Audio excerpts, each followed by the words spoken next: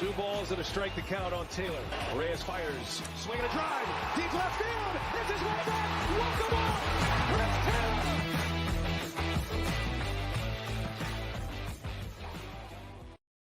What's up, everybody? Welcome into DodgerHeads Live, presented by DodgerBlue.com. My name is Jeff Spiegel, joined tonight by Matt Moreno. This is a rare, special Wednesday night edition because University of Oregon legend Tyler Anderson, 8.1 no-hit innings, not a perfect game, couple walks, couple errors sprinkled in. A lot of chatter about whether Dave Roberts would leave him in. Dave Roberts seems to always find himself in this exact same spot. And he did, and he left him in. The first time I can remember Dave Roberts sort of bucking the trend and leaving a guy out there. Unfortunately, Ohtani breaks it up with one out in the ninth. Craig Kimbrell comes in to close the game. But lots we could talk about, but the storyline here is Tyler Anderson, Dave Roberts, his decision. Matt, what did you make? Let's talk Anderson first. What did you make of his performance? Did it seem like something special, or was just the ball bouncing his way a couple times? I guess a little bit of both. That swinging bunt where he just completely spiked the ball. It's a veteran move. It's a veteran move right there. Yeah, some people were asking us, do you think he did it on purpose? And I don't think so. As much as he's chasing a no-hitter, you're as a player, you're not going to put your potential personal achievement ahead of the team like that. I think he honestly just rushed it. It's unfortunate because I think he would have had the out had he just made an accurate throw. But yeah, credit to Tyler Anderson. He said in his postgame interview with Kirsten Watson, he was walking off the field, that he fell behind batters a little too much for his liking, and so fine. But other than that, he pitched well. I don't think that much of this was really a fluke. Yeah, it's interesting because Anderson, the story has been told countless times. This is a guy the Dodgers signed at the very end of the offseason. He was not even in the five-man rotation to begin the season. And ever since he's been inserted into that role, his first couple appearances were piggybacks on Tony Gonsolin. But ever since he has gotten into the rotation, and honestly before that, he's been fantastic. What makes this start so interesting to me is that his last time out was by far his worst start of the season. 3 innings, 4 hits, 4 earned, 3 walks, just 2 strikeouts. Again, he lasts just 3 innings, which was by far his shortest. The ERA goes above 3, and there had to be some people, Matt, I imagine, asking themselves, well, is Anderson coming back to earth? Have things sort of evened themselves out? And say what you will about the Angels in the last couple of weeks. At one point, this was the best offense in baseball. We saw in the 9th inning the guys at the heart of that lineup. For him to go 8 1/3 no-hit innings against the Angels not only proves to me, I think, that, hey, we're not quite in this is a fluke territory yet. He still is continuing to prove that this is real, but it might be more than that. This is a guy who had an incredible performance tonight. Yeah, I agree with you. I think if you want to just look at, kind of big picture stuff, the start against the White Sox, I think, was just, kind of a clunker as opposed to, maybe the start of some serious regression. And that outing, the White Sox were fouling off a ton of pitches. Anderson just wasn't overly sharp, and that's going to happen to any pitcher. Even, Clayton Kershaw, when he was at his peak, he could occasionally have a hiccup, and then, you kind of pick back up and keep going. And so I'm with you. It was encouraging to see him put this type of performance together, whether he had allowed 1 run over 7 innings or, doing what he ended up doing.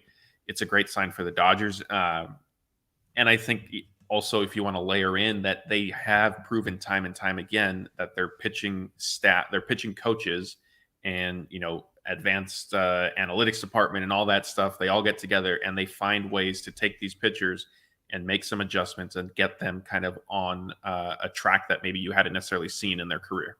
Yeah, absolutely. Absolutely. Well, let's ask the question that I think every fan, every person out there is asking, which is this: did Dave Roberts make the right move leaving Tyler Anderson out there? I'll give you some context for this one. He had thrown 101 pitches. That was the most pitches he had thrown in any start this season. That was back on May 23rd against the Nationals. 8 innings, 5 hits, no earned runs, 8 strikeouts in that one. He followed that up by 79 pitches on May 29th, 81 pitches on June 3rd, and 81 pitches on June 9th. So his last 2 outings, just 81 pitches. You look at the progression of how this one went through. He had 87 pitches through 6 innings. He had 99 pitches through 7 innings. He had 117 pitches through 8 innings. They continue to leave him out there. I shared a little bit of my thoughts, Matt. I don't know actually where you stand on this. Did you like the decision to leave him out there the entire time, or was there a moment in there? And look, we all, I think, thought he was coming out after the 7th inning. Definitely, but where would you have landed as far as making a decision if you were Dave Roberts? It's tough because I historically am someone who sides with, hey, like this is history, kind of let them go. And, that's where I fell with the Kershaw stuff. And we discussed it at the time, specifically because it was a perfect game that he was chasing. Had it been a no hitter, I would have thought, hey, take Kershaw. Like I was, fine taking him out. Tonight with Anderson, I'm still concerned, and we're going to have to see. I don't think the Dodgers would have left him in there if he was dealing with some sort of injury, but rubbing the forearm, rubbing the elbow, rubbing the shoulder, it's concerning. We'll have to see, obviously, what he says in his post-game interview, and then what, frankly, comes in the next week or two ahead. So I probably would have taken him out after 7 innings. That was his pitch count did end up getting up pretty high at that point. Now, once Dave Roberts left him in for the 8th, I did sort of feel like if you're doing that, and if he gets through the 8th with his no-hitter, then you're just right. You have committed to writing this out. Because at that point, you can't let him go 8 innings and then say, hey, like short of, had he thrown 30 pitches in the 8th, you can't say, okay, good start tonight. Thanks. We're turning it over to the bullpen now. Yeah, no, I totally agree. I think it was Joe who said the same thing. It's like at this point, you're already committed. Again, to give you those numbers, 81 pitches in each of his last 2 starts, 79 before that, has thrown 101 pitches. He was at 87 through 6. He was at 99 through 7, and he was at 117 through 8. I'm with you. 99 pitches through 7 innings. That's the moment to me that you make your decision on what you were going to do with Tyler Anderson. And, credit to Dave Roberts because he was consistent. I think to your point, if he lets him throw 117 pitches and then takes him out going into the 9th, that would have been a terrible look, in my opinion. Look, in the 8th inning, there was that moment when Dave Roberts was crouching halfway past the fence, looking like he was going to come out. He decides to stay in and leave him in. And Anderson, look, to be fair, continued to get outs. Now, if you want to talk about Anderson as far as durability goes, I think it was Oral Hershiser who said, oh, this is a guy who's an innings eater.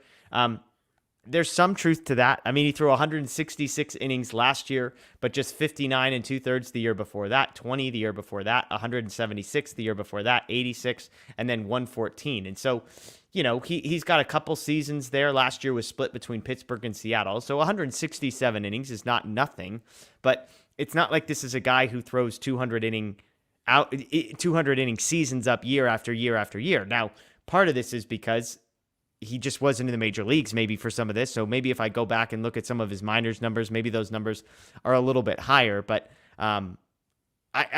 and yet all of that to say, he's also a guy who's 32 years old. So it's a guy who knows his body a little bit more. As somebody in the chat commented, he's on a 1-year deal. So maybe you feel a little bit less concerned about the long term, especially because, look, Anderson, it's not like Anderson wanted to come out of this game. So it's not like with a guy like Gonsolin who you're like, hey, we have Gonsolin for the next 4 or 5 years. We're going to be a little bit more protective.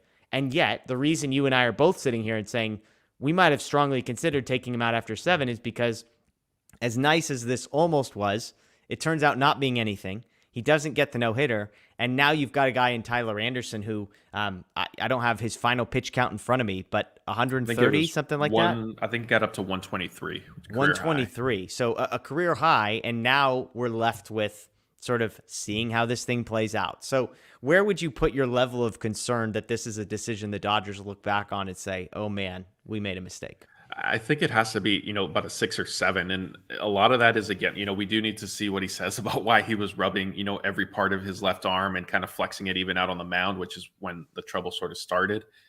But also, a lot of my feelings towards, I probably would have taken him out after 7 innings is the current state of the rotation. Yeah. Clayton Kershaw just came back. So obviously you hope that he's healthy, but, with a back injury and back trouble, like that could creep up at any moment. Walker Buehler obviously is out for an extended period of time. He not only is going to be recovering from a flexor tendon strain, but also he had a bone spur removed from his right elbow. So that's, makes it a little bit more tricky. And yes, Tyler Anderson will get extra rest before his next start because the Dodgers do have the benefit of some off days. And so that's great. But again, my level of concern extends beyond just his next start or maybe even the next 2. Like the Dodgers are looking at a long season without some answers in their rotation right now. Yeah, and keep in mind that he's seemingly headed for an all-star game appearance too. So a little stretch in the middle where maybe some guys get a little bit extra rest and he might not. Now, I think the question that immediately popped into my head, does Tyler Anderson end up on the injured list tomorrow? Do they give him do they skip his turn of the rotation? Would you be in favor of that? Because, that to me would be balancing everything. Give the guy who's sort of a journeyman, doesn't have a ton of, notches on his cap, so to speak, notches on his belt, feathers in his cap. I'll mix metaphors there, but he doesn't have a ton to hang his hat on. It's not like he's going to the Hall of Fame. And so you feel like, hey, you know what? Give the guy his shot. This is the opportunity to say he did something. And if you're the Dodgers, having him skip one start probably isn't the end of the world, right? So, I mean, would you go that route, put him on the 10-day injured list and let him skip a start and then maybe make a start in 11 days from now? Well, it's back up to 15 now for pitchers. Okay. So, I mean, I guess depending on the off days and how they move guys around, maybe it does somehow end up being one start. But I don't know. I mean, I think that's just a tricky proposition because also they don't have a ton of depth right now either. Yeah. So, maybe you do something like that, I guess, but I think they'll probably just wait. I don't think they'll make that decision necessarily tomorrow. I think they'll kick the can down the road a little bit. And if worse comes to worse, you can backdate it up to 3 days. And so, you give yourself some time to decide if that's kind of what they need, or if they feel like, hey, he's going to be fine. We're going to give him an extra day of rest before his next start and then just keep going. Yeah, this upcoming Monday would be the only off day in that 15-day stretch. And so, as you pointed out, I guess, and including Thursday, tomorrow, right, would also be. So if they go to a 5-man rotation, he theoretically would not pitch again until next Wednesday. So he would get a full week with 4 guys sprinkled in. That's assuming that Andrew Heaney comes back, which is the expectation, Clayton Kershaw, et cetera, filling out there. And so, it's fascinating to see how this plays out. I just keep coming back to, I'm glad that Dave Roberts got him a shot. I know there's a chance that we're going to worry about consequences and et cetera. It's possible, definitely. As you said, I think having a level of concern that is higher than 5, I think is justified. And let's just hope it's one of those stories that we all forget about because he pitches so well and continues to stay healthy. And then it's just sort of like, oh yeah, remember that time we were freaked out about Tyler Anderson and his arm? And that it's not one of these things that, he leaves his next start with elbow soreness or something like that, and everything gets cut short. So let's do briefly. I mean, it's short show tonight because obviously it's a Wednesday night and we're kind of doing this on the fly. But anything else from this game stand out to you? My guy Will Smith cleaning things up like he does. That's what he does. All he does is clean things up. 3-run home run from the 4th spot in the first inning. Trey Turner adds a home run in the 3rd inning as well. And that was kind of all the Dodgers did, 6 hits.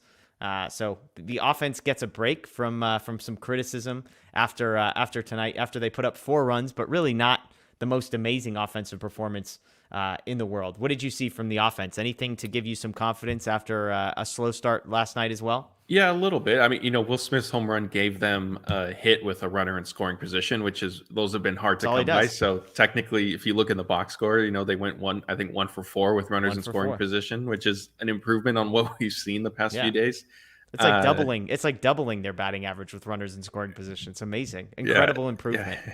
Yeah. And Justin Turner went the other way for a base hit. I think Max Muncy got a single in that first inning. Also, they were both ultimately stranded, but at least, the at-bats were a little bit better. Cody Ballinger seems to be going through another one of his downturns where, he's kind of just flailing at a few too many pitches. It downturn from where? Where were we? Did it? Well, I mean, player of the week feels pretty far off now at this point. But then, if we want to stick to pitching, Craig Kimbrell coming in, I thought was a little odd, just because he threw a ton of pitches last night, and so I assumed with the weird delay as well, like it wasn't even a normal night. Yeah, so I assumed that they were going to after that they would give him tonight off, and then obviously they have an off day Thursday, and then he'd be back online for the weekend. But now my guess is he's probably not available until Saturday. So I thought that was interesting, especially since for the most part, I mean, the Angels you'd already gotten through Trout and Ohtani. And so not to, diminish or belittle the rest of the Angels lineup, but I think the Dodgers probably I'm guessing maybe Hudson was unavailable. And so it was going to have to be Kimbrell, or it could get a little dicey. I don't know. That was surprising. Yeah, I'm with you. I tweeted that. I was like, he threw 100 pitches, a weird delay. It was stressful last night. And then you bring him back in. I mean, keep in mind, so the Dodgers didn't play Monday. They don't play tomorrow. They don't play next Monday. So you've got all of these games sort of randomly. You got a 3-game set with the Guardians at home. It's not like you're traveling anywhere. You only used 3 relievers yesterday. Caleb Ferguson throws 7 pitches. Daniel Hudson throws 10 pitches. Kimbrel throws 27, and then you bring him back, by the way, in a 4-run game. It's not even a save situation. And, yesterday, again, as we said, not just 27 pitches, which is a lot in itself. It was a stressful 27 with literally a 9-minute delay right in the middle of it. Every other reliever in your bullpen is available. I mean, Evan Phillips, maybe not, because it felt like he got up multiple times. So I'm kind of glad they didn't go to him, all things considered. But, I mean, Gratterall could have been the guy there. Vesia could have been the guy there. Bickford, I mean, whoever. I don't even know who they've got up at the moment. But, like, Almonte could have been the guy. You just had, like, 10 different guys, all of whom are going to get another day off tomorrow. So now you're back to the situation where all those relief pitchers I just mentioned, best case scenario, pitched on Sunday, which for most of them, they didn't even pitch on Sunday. And so you're just starting to stack up guys that, and this was the issue with Craig Kimbrel at some point, was this idea of like, well, he hasn't pitched in this many days and yada, yada, yada. It's like, I don't know. It just, I'm with you. Like, again, not a save situation, pitched a ton the other night. For them to go to that situation, I'm trying to look. Yeah, Phillips, Vesia, and Gratterall were the only guys who pitched on Sunday. So you go back further than that, we're talking about guys that it's going to be Friday, and 50% of the bullpen hasn't pitched in a week. Well, I guess at least they'll be rested. I mean, there's a long stretch coming up after the off day Monday. I forget if it's 19 or 20 games in a row. So yeah, I don't know. I guess they've obviously have been used heavily over the past 10 days, 2 weeks. So maybe Dave Roberts just looked at it as an opportunity to get them some extended rest ahead of the stretch that's coming up, because also they're going to have to reduce some of the pitch. At least MLB has kicked the can down the road multiple times, so we'll see. I'm still a little skeptical as to whether they'll finally enforce the limit of number of pitchers you can have on your roster, but that could be coming Monday. Yeah, absolutely. Where are you at on Craig Kimbrel? He's a divisive subject. One other thing I was going to say, it's possible, by the way, that Dave Roberts has talked about wanting to get Kimbrel some more extended looks. So maybe he looked at this, hey, it's a chance to get him in a back-to-back after a stressful night, see how his arm responds, see how his stuff looks, 4-run games, so then you're not stressed out about the second game. I don't know, but where are you at on Kimbrel? I think I'm probably the highest man in all of Dodger land when it comes to belief in Craig Kimbrel based on some of my interactions online. Where are you at? Yeah, I'm not overly concerned yet. I think he had a weird spring training. He kind of had a weird start to the season. So I'll be curious to see, how he does after maybe a month of kind of this plan to making sure he pitches more frequently just to find some sort of rhythm. I think what helps him, and I briefly have brought this up in the past when we've discussed Kimbrel and Kenley Jansen, is his velocity. He still, pitches with velocity. Whereas with Kenley, if his velocity was down and his cutter wasn't moving, like that's trouble. Whereas with Kimbrel, maybe you don't throw the best fastball, but if it's at 95 to 97, if, you might get a swing and miss. You're probably more likely to get a swing and miss than that than a cutter at, 90 that we were seeing with Kenley. And I'm somebody who was, defensive of Kenley and supportive. I thought he was criticized a little too much. Yeah. So I'm not sitting here saying, I'm glad Kimbrel is back or Kimbrel is here instead of Kenley one way or the other. But I think it's still entirely too early to kind of issue any sort of, permanent decision on him. I think by the end of the year, he could end up being fine. Yeah, I mean, for me, like the reason I'm optimistic about Kimbrel is because it seems like we're on a positive trajectory upward as far as the stuff. As you said, the fastball velocity continues to tick up. I think he touched 99 at one point, either tonight or last night. And the key to me, when you talk about the early season struggles, was the breaking ball. Can he land the breaking ball for strikes? I mean, he threw some absolutely disgusting breaking balls last night. And last night was a fascinating thing. And maybe it's sort of every person is going to see exactly what they want to see in Craig Kimbrel. And again, I've been defensive of Craig Kimbrel and continue to be. But some people look at last night and say, oh, what a joke. Here he is again, almost blowing it. To me, it's like all of the things considered. So first of all, he's on the mound for the bizarre blooper by Mike Trout that, look, anybody who wants to credit that to Craig Kimbrel's account and say somehow that's a hit against him, then he's got the 9-minute delay. Obviously, a couple walks in there. He ends up striking out the side. He ends up not giving up runs. All in all, I'm not saying it was a perfect outing, but all things considered, I actually liked what I saw from Kimbrel last night. He comes back tonight, again, first batter, gives up a single, which we only remember because there was already a guy standing on third base. He comes back and gets out of the inning after that. And so I wouldn't say I'm convinced that he's perfect. Nobody's arguing that like the confidence level is that of Blake Trinan last year and how good he was or that kind of thing. But I don't know. Overall, I think the stuff is on a trend upwards. I think a lot of the concerns could easily be explained by weird spring training, trade, et cetera, which would mean we would start to see a buildup, which I think we're seeing. So fastball velocity ticking up, the curveball, the breaking ball starting to get landed for strikes, or at least close enough to the zone where guys are swinging right over the top of it. I'm encouraged. I see people in the chat talking about, hey, I don't like the fact that his walks and hits per inning pitched is almost at 1.5. I agree. Look, nobody is saying he's perfect. I'm just saying he gets the job done more often than not, and I think his best days are in front of him as a Dodger. Now, some people are going to say he's old. His best days aren't in front of him as a Dodger. I think the trend is going to continue to be positive for Craig Kimbrell. That's my sense. So we'll see. I could be very wrong. Those could be words that I was eating. But let's also remember on this show that I was the high man on Kenley Jansen well before he sort of had his turnaround. I predicted a sub-3 ERA and kind of got laughed off of the show for that one. Not by Matt. But that one turned out to be a pretty good prediction because he was a lot better than that. So anything else from this one, Matt, before we call it a night that jumps out to you? Again, we mentioned Will Smith gets a home run. Trey Turner gets a home run. Nice to see him sort of continue what has been a pretty productive last few weeks. Anything before the off day and then the Guardians come to town? No, not too much. I will say that, kind of tongue in cheek, that Dave Roberts let a pitcher sort of pursue a no-hitter. And he's going to point to this one time and say, see, that's why I don't do it, because he throws a lot of pitches and doesn't end up doing it anyway. Of course, I think he does try to keep an open mind with every situation. But again, I was just more surprised by his willingness to let Tyler Anderson sort of do it. And that's it. I will throw a quick promo out. Make sure you guys are following our social media accounts tomorrow, because we're going to be at the Blue Diamond Gala on the blue carpet getting interviews and stuff like that. So we'll have some pictures and stuff as it's happening. And then on our YouTube channel, we'll definitely upload interviews after the fact. Awesome. I'm trying to look I know Dave Roberts has got some quotes coming out. I don't know if he's talked yet. I think it's only been, let me see. Fabio Nardai just put out a quote.